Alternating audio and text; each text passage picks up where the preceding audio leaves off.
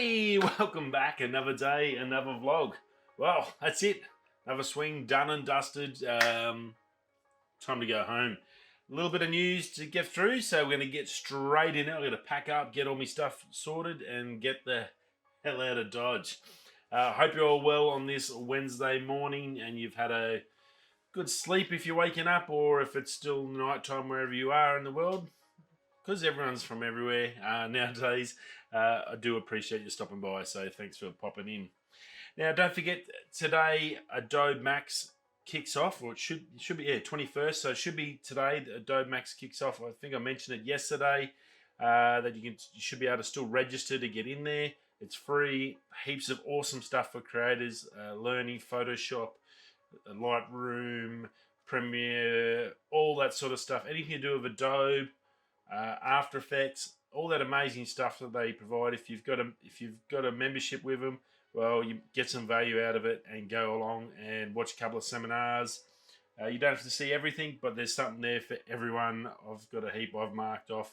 I know I'm not going to be able to watch them all. There's way too much there, but if I can pick up a couple of things and learn a couple of little tricks and tips, well, then it's going to make it all worthwhile. And it's free, so it's just a bargain. You can't beat that. To get that knowledge is always good. Knowledge is power, and that's what it makes it easy. I don't know how many times I've picked up one simple trick that saved me anywhere up to 20 minutes to half an hour in doing a job on Premiere. So definitely always good, and definitely go check it out. So very cool from Adobe to do that for free. They probably didn't have to, but because of COVID, we have had some positives. So very cool. Now this week's video will be pack saddle star trails. I attempted a bit of a star trail, and it's come up pretty good. The star trail is not a massive one. I only had a couple of hours on I got one chance of one night, and it was a work night, so I couldn't stay out all night. I'm pretty happy with how it turned out. There was some little breaks in between them, and I think that's because with the M50 you don't have an involumeter, so you can't have that sort of perfect stop start sort of scenario, and then when you merge them, they don't really, so they can join up. So, but I'm pretty happy with how, on my first proper effort at doing it, I'm pretty happy with how it worked out. Most importantly, I got a reflection off a beautiful bit of water. It was dead calm, flat, no wind at all, super clear night. So I've got like a dual star trail. I've got the star trail in the sky and then the star trail in the water. So I think that sort of made up for the fact it's probably not the most cleanest, neatest 9, 10 or 6 or 7 hour one where I just couldn't do that. I just didn't have the time, unfortunately. But as well as that, I got some really nice Milky Way shots as well with the stars reflecting off the water. So it worked out a really good shoot. It's not a huge video. I'm nearly just about done cleaning it all up and get it done, but I'm pretty happy with the photos that come out of it, so it should be pretty good. I'll probably do a premiere Friday night for that one. Once I get stuff sorted at home, I've got to do some backyard, all the life stuff we've got to do every day. Once I get all that sorted and get some stuff Friday, I've got to go and shoot a video Friday, so that'll give me a chance to just premiere that on Friday night once I've had a bit of tucker. So look forward to catching you definitely Friday night for that premiere. So it should be a good video this week. Photoshop released a new feature last night. Now we've had Luminar. I've got the Luminar 4 on my. I bought that and I thought I'd give it a crack, and it worked out like really good. And it's good that it's an add-in into Photoshop, so you can directly go and use it. Well, Photoshop obviously, I guess, had enough of Luminar taking their thunder. They've come out with a new feature overnight and should be an update. So if you haven't updated already, go and update. And if you go down to your edit, you can basically now automatically add in sky, change your sky on any photo you want, like that, exactly like Luminar 4. So I thought that was pretty cool. And the added ability where you can go and take photos of your own skies and then add them in to your collection of skies. Now, the difference being is with Luminar, you have to pay for the extra packages to get those skies. So now if you go out and there's a beautiful sunset and there's nothing else, go and take a photo of that sunset with those clouds, because then you can use that as stock there to use to put into other photos when you need it to suit. So I thought that was really cool. It's a handy feature. I mean, there's a lot of people that get upset when you change stuff in there, but I think if you're upfront and tell them straight up, and if you've got a really nice photo that just needs a little cloud or a little something, and that makes the difference, and it makes it a really nice photo, then yeah, definitely, look, it's your choice, it's your money, do it. As long as, in all photography, in everything in life, I guess, you're not going to keep everyone happy. You've got people that are just, no, films it. So yeah, you're never gonna change their minds. That's their choice too. So that's life. But I think it's good that Photoshop's whacked it in, and the fact that it doesn't cost you any extra, and then you can add in your own skies, and just sort of, you've got an endless palette, I guess, of skies to work with, and it's just as simple as AI. I watched PH Learn. He does some great Photoshop stuff. He talked about it, and he was just going bang bang, changing in between them. So it was really, really cool. So go check that out. Now, Xiaomi has come out with a new wireless charger. They're saying it's the fastest wireless charger you can get at the moment. It's an 80-watt wireless charger, and it'll 0 to 100% on a 4,000 milliamp battery in 19 minutes, which is just insane. That's super, super mega fast. Especially now, Apple's gone pretty much into the wireless realm. Their charger that they've brought out, we're going to talk a little bit about that in a sec. But yeah, Xiaomi 80-watt charger, wireless, big stuff in the wireless game. It's all going wireless now, so it's having a fast charger or something decent than an epoxy little 12 or 18-watt one is a hell of a lot better. Makes a big difference, definitely.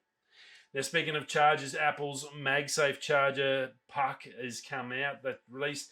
There's a few videos last night testing that, and look, I guess it all depends on what you want and how you want to go about it. I find my phone, and I've got a knockable down here. I should be able to show you. I've had this knockable one, just a little power brick that I can just sit my phone on since I got the iPhone 10, and it's never missed a beat. Got a digital display, tells me everything. I've got USBs, perfect. Yeah, it doesn't magnetically attach, but the big difference is, and the problem I think you'll find with the Apple one is, I can go pick my phone straight up. And I think that's what Lou later said that as well. I think he said it sort of best, that yeah, it's magnetic and it attaches to your case, but when you want to use it, it's got a cord attached, so now you're picking it up. If you go to pick it up one-handed, you can't. You've got to use two hands to get your phone every time, which is a pain. You might as well have a cord. Exactly the same as having a cord, two hands. It is, I guess, handy if you wanted to pick it up while it's charging and still use it. But generally, I think most people are like me, I would assume, whereas you use it for the day, and at the end of the day, you chuck it on your bedside table, whack it on the charger, wake up, you got a day's charge. That's the way I sort of use my phone. I'm assuming there's going to be a large majority on that similar sort of program. Your heavy users, yeah, they might want to do it, but then they've got to be, it's only a 3-foot cord too, so you've got to be sitting right next to it. So you might as well just go and buy one of these portable suckers. Now, having said that, there's a heap like Xiaomi that have just come out, and they're making these amazing 80-watt chargers. Mouse, who does, as far as I'm concerned, the best covers that make a phone pretty much indestructible. They've got wireless chargers coming by Christmas. They'll be out. We've just seen Peak Design come out with their wireless charging system and magnetic system as well. So you've got them, plus you've got plenty of others out there, I'm sure. So that one was a knockable, my one, and I'm sure there's 1,000 other different we've seen before. And I think it's a lot better being able to just pick it up. Now, you can get away with this, I guess, with a normal phone and without the magnets in, but once you get that magnets in, is it going to stick to your normal chargers? And I think that's the biggest thing. And when Marquez Brownlee had the wallet on the back, he couldn't charge through the wallet to the phone. So with the case on and the wallet, he couldn't get a charge through. So that was a little disappointing. So you definitely can't do that. So there's a few little things I think they're finding with those magnets. It's not all roses and champagne. The wallet side one, I think that was the other one that was a little disappointing, where yeah, it sits on there, but the magnets aren't super mega strong. And Marquez tried to put it in his pocket like 2 times, and the wallet just slid straight off, which is the last thing you need to lose is your wallet. So Yeah, pretty interesting in that space. I don't think we're going to hear the end of it, but it's not all negative because, as I said, you've got your Peak Designs come out with that whole mobile system yesterday, which has got really good magnets. It's a full solid system around the mobile. They've got the wireless charging for your car, which is another place you're going to use it a lot, which is really important for those business users in and out of a car. Whack it straight on a magnet charger on your dash, and that's going to get charged. That's really good. I think that's definitely where you're going to use it a lot, and it's a little bit better setup. So I think it's not as bad as it was, but that Apple one, I'd probably steer clear of that.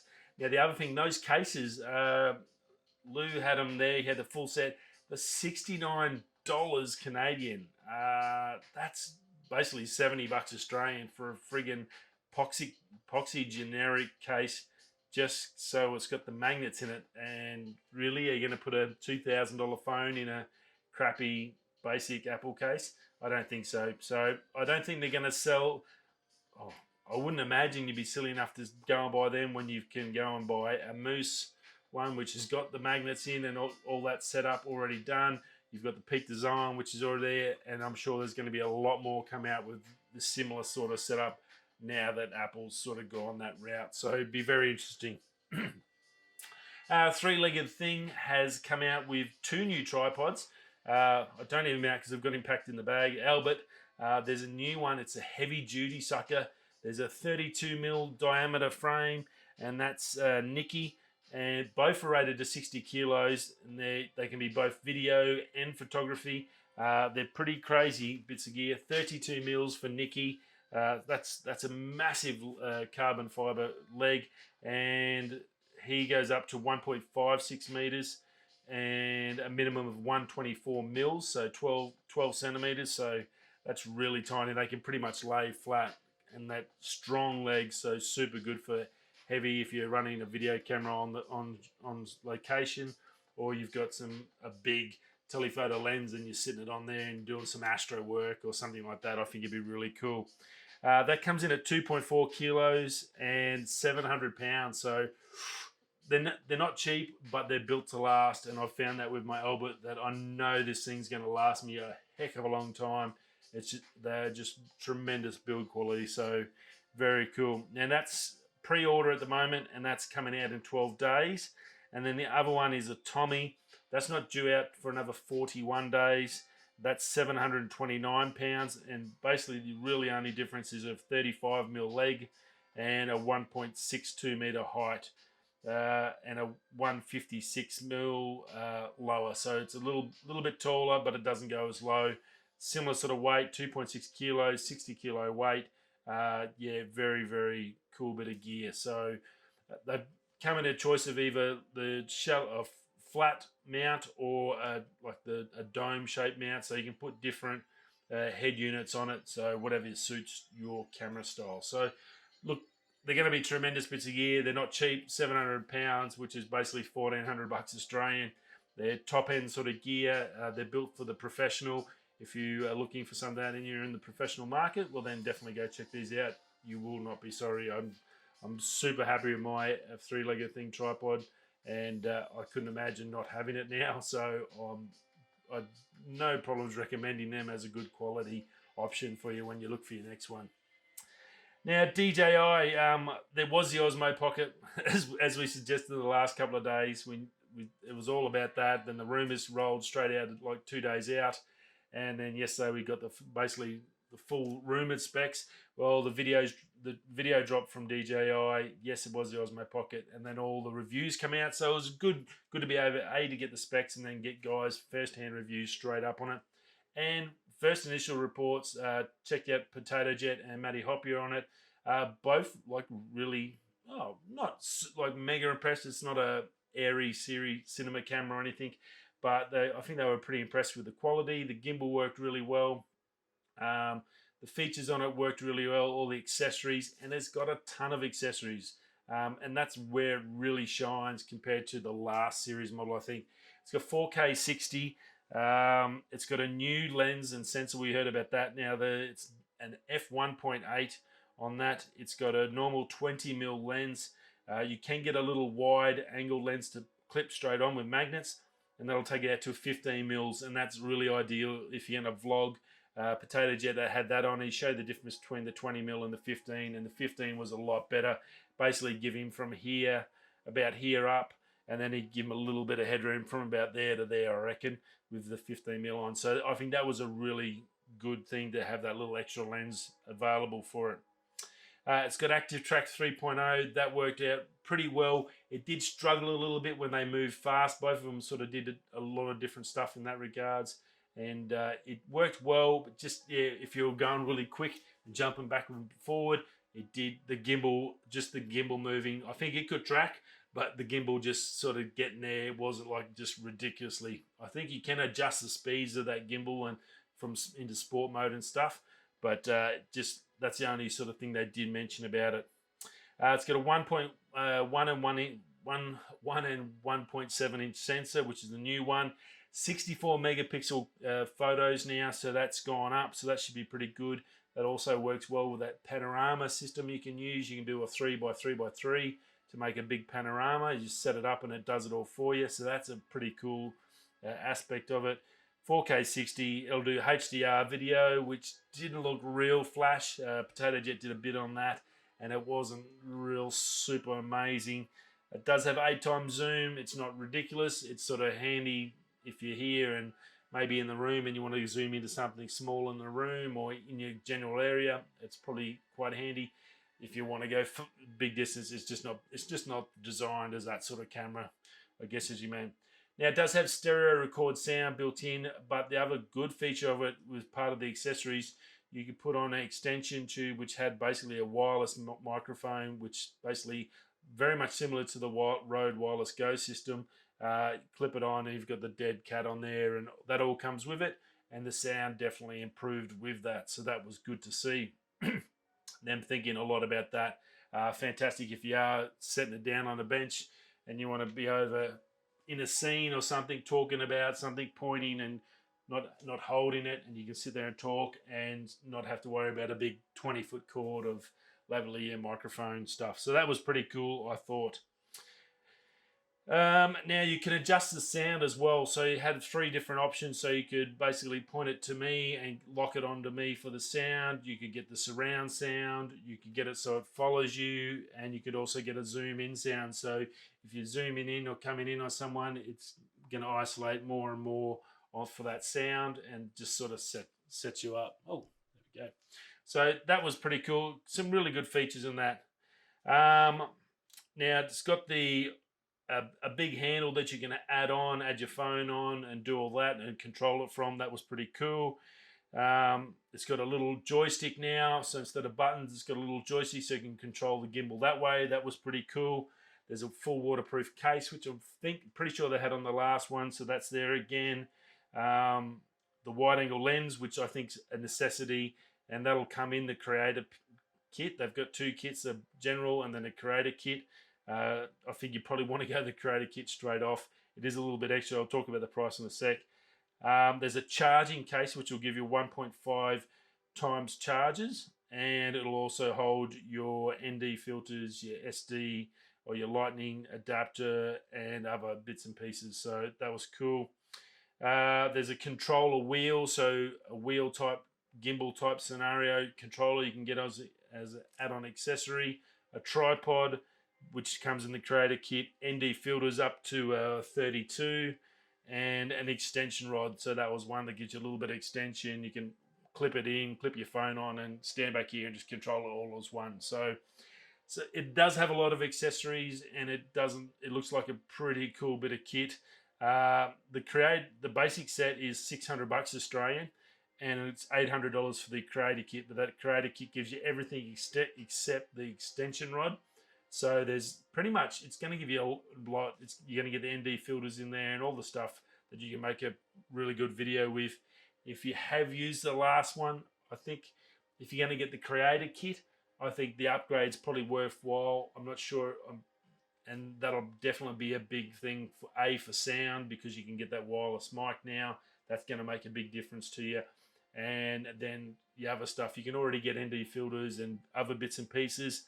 but the wide angle lens, the wheel, the adjustable wheel, controls for the gimbals on the joystick, you can't get that for the old one. So this definitely is going to be an improvement over that last model. So I think it's definitely worthwhile. I think they'll do pretty well. As I said, it's pocketable. You can put it in a little case. So if you're doing a hike, you're definitely not going to run out of battery. Easy to chuck into your camera bag. It's not going to take up a heap of room. Probably a good option. Go check it out, DJI. And that's about it.